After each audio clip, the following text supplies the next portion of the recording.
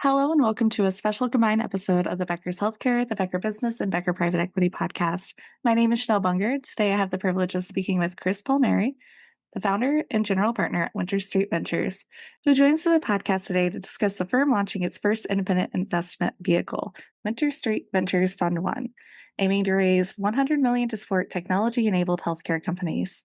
Chris, thank you so much for joining me today. Could you get us started out by introducing yourself and talking a bit about Winter Street Ventures? Yeah, Chanel, thanks for having me.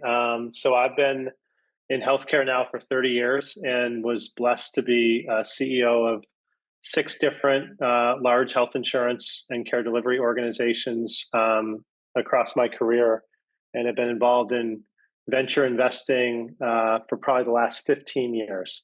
So Winter Street Ventures is a platform that I created while I was the president and CEO of Commonwealth Care Alliance, which is a Boston-based health insurance company that serves medically fragile individuals that are also on Medicaid and suffering from chronic illness, physical disability, mental illness, and seniors aging in place. And I came to Boston to run CCA in 2015. And at that point, we were an incredibly astute, pioneering organization looking for ways to innovate care for people that needed it most. And one of the ways that we decided to pursue innovation was to create a venture studio, which brought entrepreneurs into our organization to learn about the populations we serve, the way Medicaid works and Medicare, and for those entrepreneurs to develop products and services that would be piloted with our consumers and our staff. And we launched that and had many entrepreneurs come and work with us and bring a variety of products and services to those consumers, ranging from things like how to do transportation better to get people to and from their doctor's appointments or to and from social events, to how to dispense medications in people's homes, how to innovate care in the community when someone needs emergency level health care but wants to receive that in their own living room. Those are just some examples of things that we had done. And if you fast forward 10 years from that inception to today, CCA grew to be a very large insurance company, over $3 billion in revenue. And we made a decision with the board nearly a year ago that while $3 billion is a large company, we did not have the sufficient scale to participate in the marketplace today. So we joined forces with another terrific nonprofit, much more scaled organization called CareSource. And as part of that transaction, I was able to step away as CEO. And I took over Winter Street Ventures as now an independent venture capital firm. Thank you so much for that overview. And now to get into what you came here to talk about, can you talk about the Winter Street Ventures Fund One and what you're doing with it today? Yeah, so I'm really excited. We acquired the platform, which is effectively the name, all of the web addresses, all the things I created over the last 10 years, and then all of the contacts that we had made along the way and all of the deal flow that Winter Street had when it was owned by Commonwealth Care Alliance. So today, I am raising an independent fund. So historically, we had made investments off of the CCA balance sheet. Those investments remain with CCA and its current owner, CareSource. So I'm out raising $100 million to make new investments. And our theme is very similar. We're focused on tech-enabled healthcare services, tech-enabled things that help healthcare organizations operate more effectively and efficiently. Could be things in the medical record or portals or things that are just not patient-facing. Perfect. Thank you so much. And now, kind of zooming out a bit, what trends in the health insurance, investing, or whatever sector would you like to talk about right now that you're keeping an eye on? Well, I think there's a couple things. So first, we have the most recent healthcare bill, which is effectively doing two different things. One of which it's going to take out over $1 trillion in the healthcare sector over the next decade, and that's going to really create significant constraints and force, I would guess, a major paradigm shift. The other thing that's happening is there's an injection of $50 billion of money that's going to be geared towards technological advancements in healthcare. So I'm really excited about that. And I'm really looking towards this time where reimbursements continuing to decline, dollars are coming out of the system, costs are going up, utilization is going up. I think technology, particularly artificial intelligence and predictive analytics, is going to play a huge role in both finding more efficiency and effectiveness in the system, as well as potentially making a better and more seamless, positive experience for the consumers. Absolutely. And you've already spoke a bit about what you're focused on and excited about, but going into the end of 2025 and into 2026, can you talk about what other initiatives, or you can even talk about like how you're doing this fundraising? What are you focused on right now?